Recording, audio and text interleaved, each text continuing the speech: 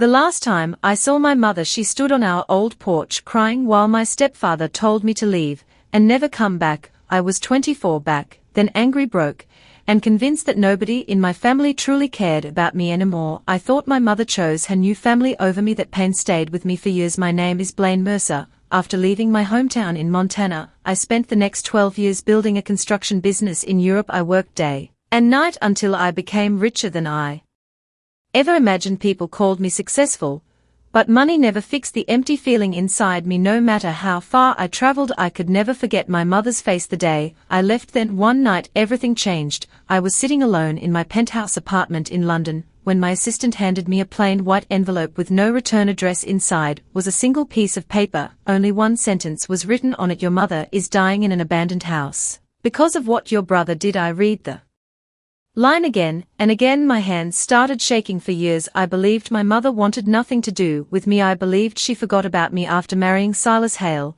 and raising my younger half-brother Keaton. But something about that letter felt real. Deep inside I knew I had to go home. The next morning I cancelled every meeting and flew back to Montana. For the first time in over a decade, as I drove through town in a black SUV, memories came rushing back. The streets looked smaller than I remembered. The old diner was still there. The gas station, near the highway, had not changed at all. I expected to find my mother living at the family ranch, but when I reached the property I froze. The ranch looked expensive now: new fences, fresh paint, luxury trucks parked outside, and standing near the front entrance was Keaton. He looked confident and comfortable, like he owned the world. Before I could even step out of the SUV, an older man from the nearby gas station walked over to me slowly. His eyes widened when he recognized me. Blaine, he asked quietly. I nodded. The man looked nervous. Then he said words that nearly destroyed me. Son, your mama doesn't live here anymore. I felt my chest tighten. He explained that Evelyn had been thrown out years ago. Nobody in town helped her because Keaton told everyone she had become unstable. After I abandoned her I could barely breathe. While listening, the man gave me directions to an old abandoned farmhouse deep outside town. Rain started pouring as I drove down the dirt road. That night the house looked broken and forgotten. Several windows were shattered. Part of the roof had collapsed. I walked to the front door slowly and pushed it open. Inside, sitting beside a weak fire, was my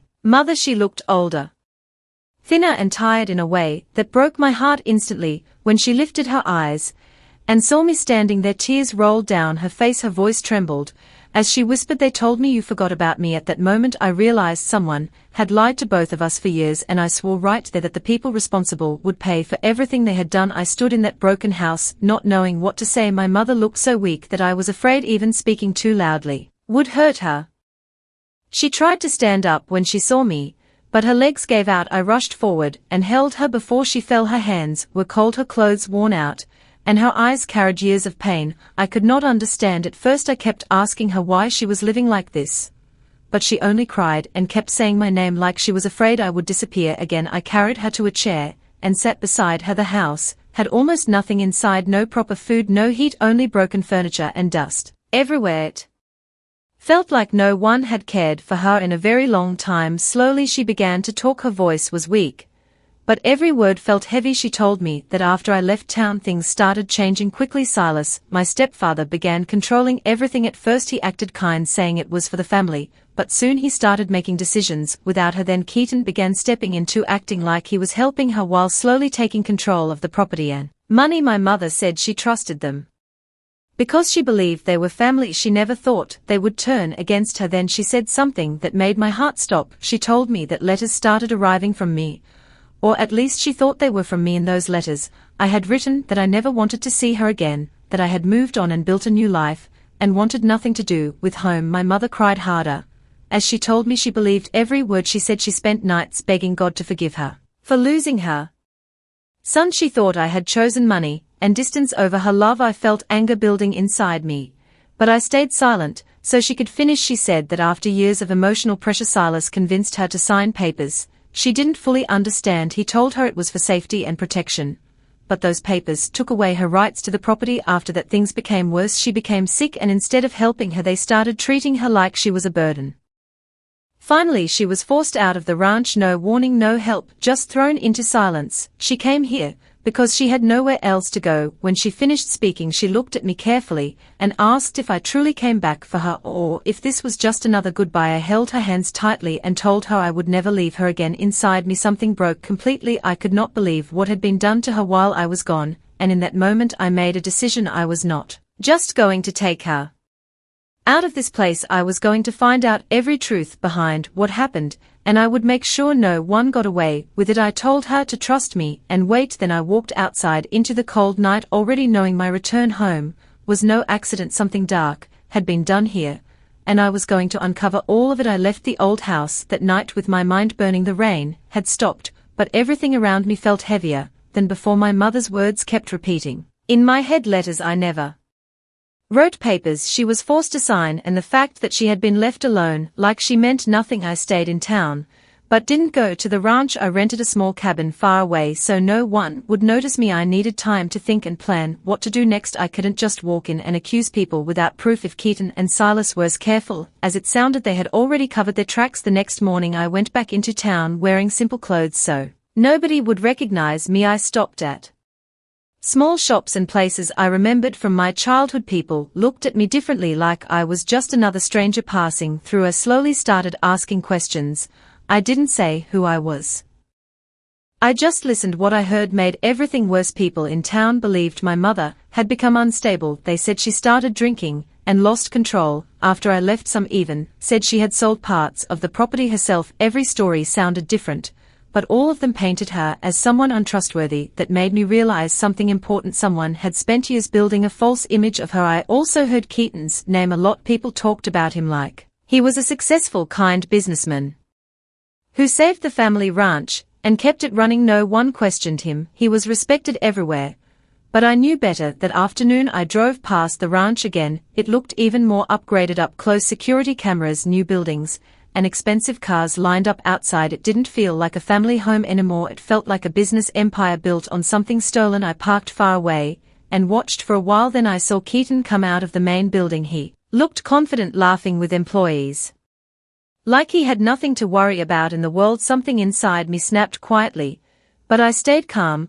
I decided I needed real proof before confronting him, so I contacted a trusted legal friend I used to work with in Europe. I asked him to quietly start looking into property records and financial transfers connected to my family's estate. While waiting for results, I went back to see my mother every night. She was slowly getting stronger. Just knowing I was nearby, but I didn't tell her everything I was planning yet. I didn't want her to feel more pain until I had solid answers. 2 days later my lawyer called me. What he found changed everything.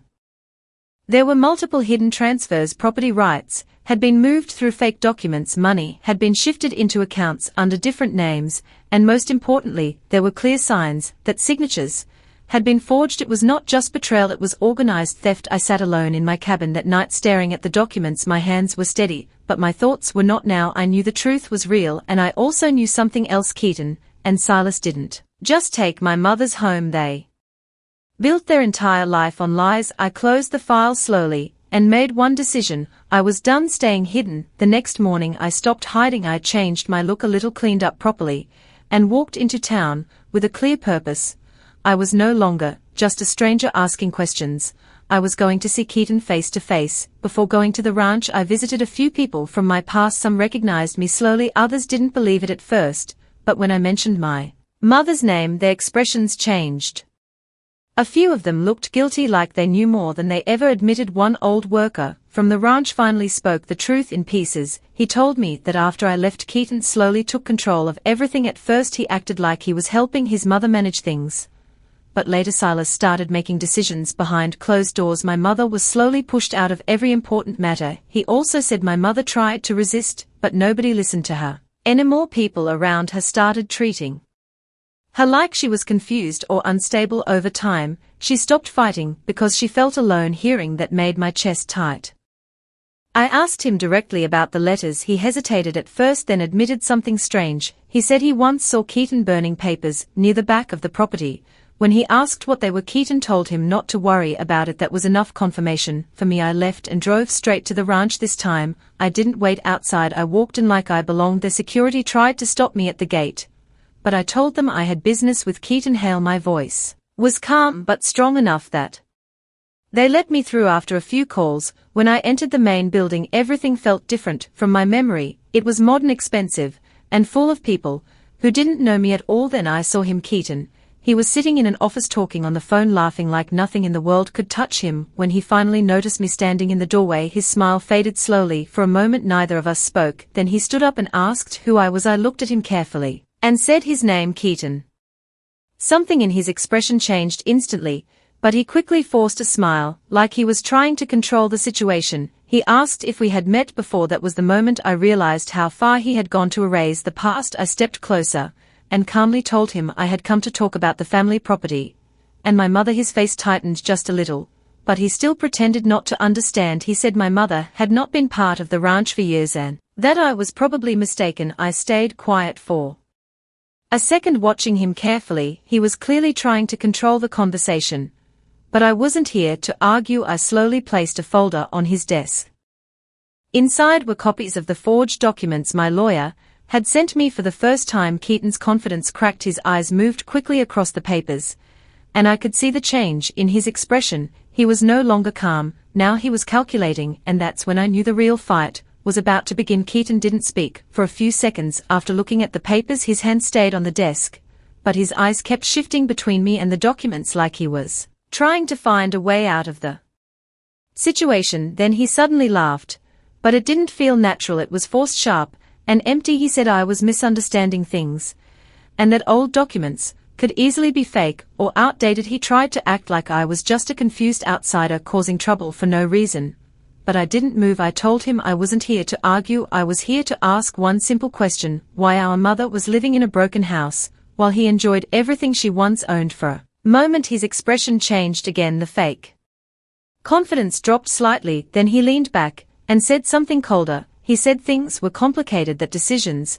had to be made, that my mother was not stable and couldn't manage the property anymore. Hearing him speak about her like that made something inside me burn. I asked him directly about the letters she received, the ones that made her believe I had abandoned her. He didn't answer immediately. Instead he walked to the window like he was thinking carefully. Then he finally said he didn't know what I was talking about. That was a lie. I could feel it. I stepped closer and told him I had proof that documents were forged and that money had been moved illegally. I told him this wasn't going to stay hidden anymore.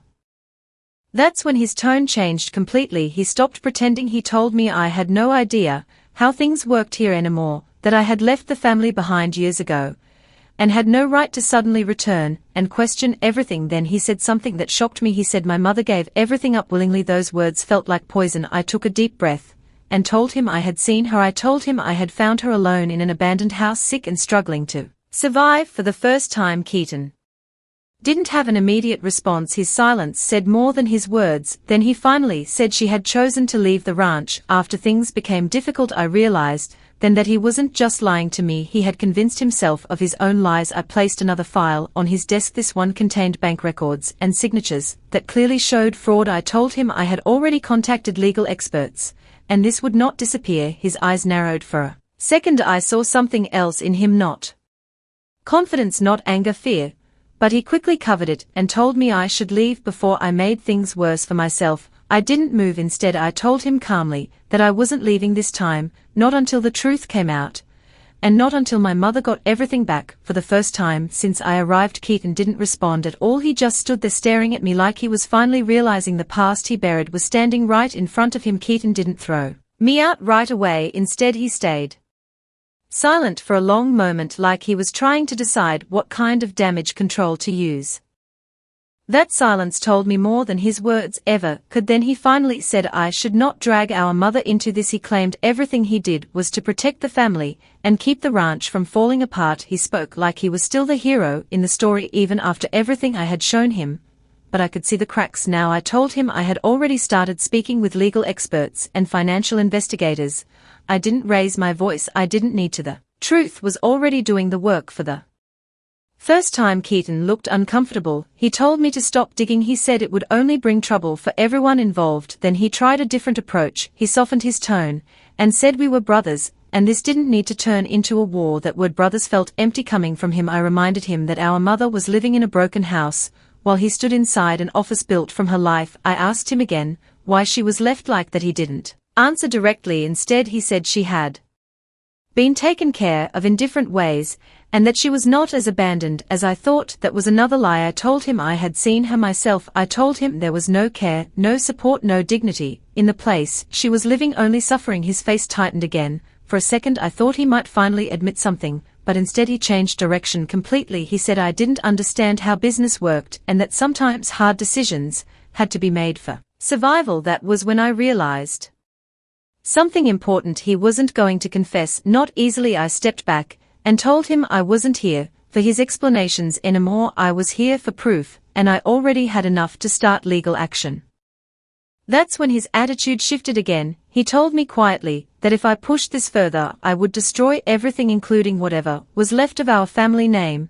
Then he said something colder. He said my mother would suffer again if I didn't stop. That was the first real threat I heard from him. I looked at him and told him clearly that he had already taken everything from her. There was nothing left to threaten. I turned to leave the office, but before I reached the door, he spoke again. This time his voice was lower. He said I should be careful because Silas would not stay silent if this continued. That name made everything heavier. I stopped for a moment, but didn't turn back, because now I knew this was bigger than just Keaton. It involved Silas too, and whatever they built together they were now both trying to protect. I walked out of the ranch that day with one clear thought in my mind. This was no longer just about exposing the truth, it was about bringing down everything they had built on lies. After leaving the ranch I didn't go back to my cabin. I went straight to my lawyer's contact in the city and asked for everything he could legally dig up on Silas Hale. This time, I didn't want small pieces of truth, I wanted the full picture. While the investigation started I returned to see my mother. She was still weak, but she was slowly getting stronger. Just knowing I was there, I didn't tell her everything about Keaton, yet I didn't want her heart to break again before I had solid proof, but she could sense something was wrong. One evening she asked me if I was in danger. I told her no, but she didn't look convinced. The next day I received a call from my lawyer. What he found changed everything again. Silas Hale was not just involved in property fraud, there were multiple financial crimes tied to him going back many years. Hidden accounts, fake companies, money moved through different names and places to avoid attention. But the most shocking part wasn't just the money, it was control. Silas had built a pattern of manipulating people close to him, especially family members, to take over their assets slowly. My mother was not the first person this had happened to. I sat there reading the documents in silence. It felt like I was looking at a system, not just a man. That night I couldn't sleep. I kept thinking about what Keaton said about Silas possibly not staying silent. It sounded less like a threat and more like a warning. The next morning something unexpected happened. A man showed up near the place I was staying. He didn't come inside, he just waited outside in his car for a while. When I approached him he immediately said he wasn't here to cause trouble. He said he used to work for Silas. That caught my attention instantly. We spoke privately, and what he told me made my blood turn cold. He said Silas controlled everything through fear. People who questioned him either lost their jobs or were forced out quietly. He also said Silas never trusted anyone completely, not even Keaton. Then he said something I didn't expect. He said Silas had always planned to leave town if anything ever went wrong, and he had already prepared money and documents to disappear quickly if needed. That meant Silas might try to run. I thanked the man, and immediately we started moving faster. But before any legal action could begin I realized something important. Silas wouldn't wait for us to catch him. If he felt cornered, he would act first. That same evening I went back to my mother's place to check on her. She was resting, but she looked uneasy. She told me she had seen a car pass by the house earlier, and that it had been sitting there for a while before leaving. That was the moment I felt it. We were no longer just uncovering the past, we were being watched, and whatever Silas and Keaton were planning next, it was already in motion. After hearing about the car near my mother's place, I didn't take it lightly. I stayed with her that night and made sure all doors were locked. I also asked a local friend I trusted from childhood to keep an eye on the area without telling anyone. My mother kept saying she didn't want trouble, but I told her quietly that the trouble had already been there for years. It was just finally starting to show itself. The next morning I got a message from my lawyer. It was urgent. He said Silas had started moving money quickly between accounts. That usually meant one thing: he was preparing to disappear. At the same time, Keaton suddenly became harder to reach. Calls were ignored, messages unanswered. It felt like both of them were pulling away from the same place at the same time. I decided I couldn't wait anymore. I arranged a meeting with a legal team in the city and started preparing official documents to freeze assets connected to the ranch. And all related companies, everything needed to be clean and fast, or they could slip away. But things escalated faster than expected. That afternoon my mother received a visit from someone she didn't recognize, a man in a suit. He didn't stay long, but he left a message. He told her to stay quiet, for her own good. When she told me this, her hands were shaking. That was enough for me. I immediately drove toward the ranch again. But this time, I didn't go in alone. I had legal support waiting nearby and evidence ready to be submitted if things turned dangerous. When I arrived, the ranch felt different. Tension was visible everywhere. Workers avoided eye contact. Security seemed more alert than before. I didn't even reach the main building before Keaton stepped out to meet me. He looked stressed, not confident like before. He told me I was making a mistake by pushing this further. He said Silas was handling things, and that I should step back before things got worse. That was the first time he didn't sound in control. I told him it was already too late for stopping anything. The investigation was active and legal action was in motion. For a moment he looked like he didn't know what to say. Then he quietly said Silas was leaving soon, that everything would settle if I just let it go. That's when I realized something important again. Keaton wasn't fully in control either. He was following Silas' lead. I asked him directly if he knew what Silas had done to my mother. He didn't answer right away. His silence said enough. Finally he said softly that things went too far years ago, and it was hard to fix now. That was not an apology, it was regret mixed with fear. Before I could respond, a call came into Keaton's phone.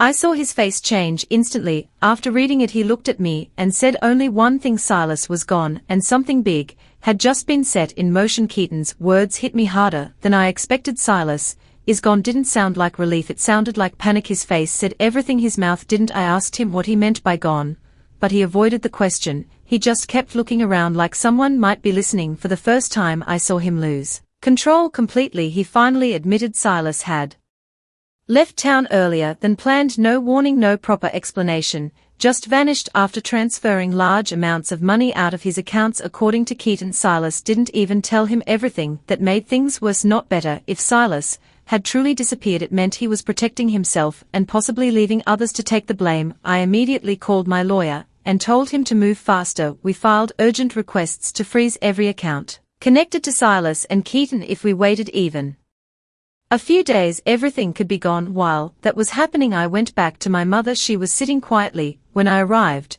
but I could see fear in her eyes. She asked me if everything was okay. I didn't lie to her, but I kept my voice calm. I told her things were moving in the right direction. She didn't look convinced, but she trusted me enough not to ask more. That night something unexpected happened. A former ranch employee came to see me secretly. He looked nervous, like he was afraid of being seen. He said he couldn't stay long, but what he told me changed the situation again. He said Silas didn't just leave suddenly. He had been preparing for a long time, hidden documents, backup accounts, and even written instructions for what to do if the situation collapsed. But the most disturbing part was this: he said Silas had left something behind for Keaton, a final plan, not to save the family, but to protect himself. No matter what happened next, I felt a cold pressure in my chest, hearing that it meant Keaton might not just be a victim of Silas' control, he might also be part of the final escape plan without fully realizing it. The next morning Keaton called me. His voice was different, less aggressive, more broken. He asked if we could meet alone away from the ranch. I agreed. When we met, he didn't try to defend himself. He just sat down and said he didn't recognize what his life had become anymore. He said he spent so many years trying to please Silas that he stopped questioning anything. Then he said something I didn't expect. He asked if there was still a way to fix things. I didn't answer immediately, because the truth was, fixing things was no longer simple. The damage had already been done. But I also realized something else. In that moment, Keaton wasn't the real enemy anymore. He was just another person caught in Silas' shadow. And now that Silas was gone, everything was collapsing faster than anyone could control. Keaton sat there quietly after asking if anything could still be fixed. For a long moment I didn't answer him. I was thinking about everything: my mother, the lies, the stolen years, and the damage that could never fully be repaired.